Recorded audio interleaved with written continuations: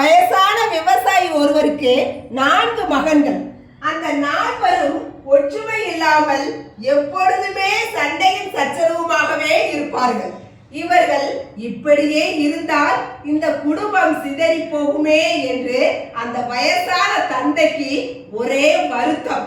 அவர்கள் 4வருமே தனது தந்தையின் புத்திமதிகளை மதிப்பதே கிடையாது. ஒரு நாள் தனது மகன்கள் 4வரையுமே அழைத்தார். அவர்கள் வந்து தனது தந்தையின் அருகில் கட்டிலை சுற்றி நின்றார்கள். தன் காலடியில் கிடந்த மூங்கில் கட்டு ஒன்றை எடுத்து மூத்த மகனிடம் கொடுக்கிறார். இதை முறித்து காட்டு, இதனை 2ஆக உடைத்து காட்டு என்றார்.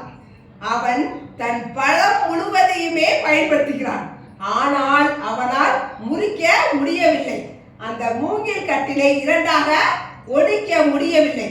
அடுத்து 2வது மகன், அடுத்து 3வது மகன், அடுத்து 4வது மகன் என அனைவருமே முயன்று பார்க்கிறார்கள். ஒருவராலும் முறிக்க இயலவில்லை. யாராலுமே அந்த மூங்கில் கட்டினை 2ஆக உடைக்க முடியவில்லை. பிறகு அந்த மூங்கில் கட்டினை பிரித்து ஆளுக்கு ஒரு மூங்கில் குச்சியை கையில் கொடுக்கிறார். 4வரும் சுலபமாக முறித்துவிட்டு நின்றார்கள். அந்த மூங்கில் குச்சியை 2ஆக சுலபமாக உடைத்து விட்டார்கள்.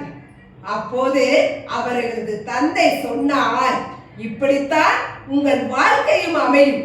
நீங்கள் 4வரும் ஒற்றுமையாக இருப்பீர்களானால் உங்கள் வாழ்க்கை உறுதியாக விளங்கும். எவரும் உங்களை ஏமாற்ற முடியாது. யாராலும் உங்களை பிரிக்கவே முடியாது. சண்டை சச்சரவு என தனித்தனியாக ஆளுக்கு ஒரு பக்கமாக இருப்பீர்களானால் சிதறி போவீர்கள்.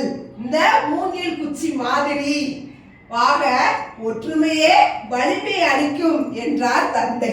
ஆக நாட்டுக்கும் குடும்பத்துக்கும் சமூகத்துக்கும் இது பொருந்தும்.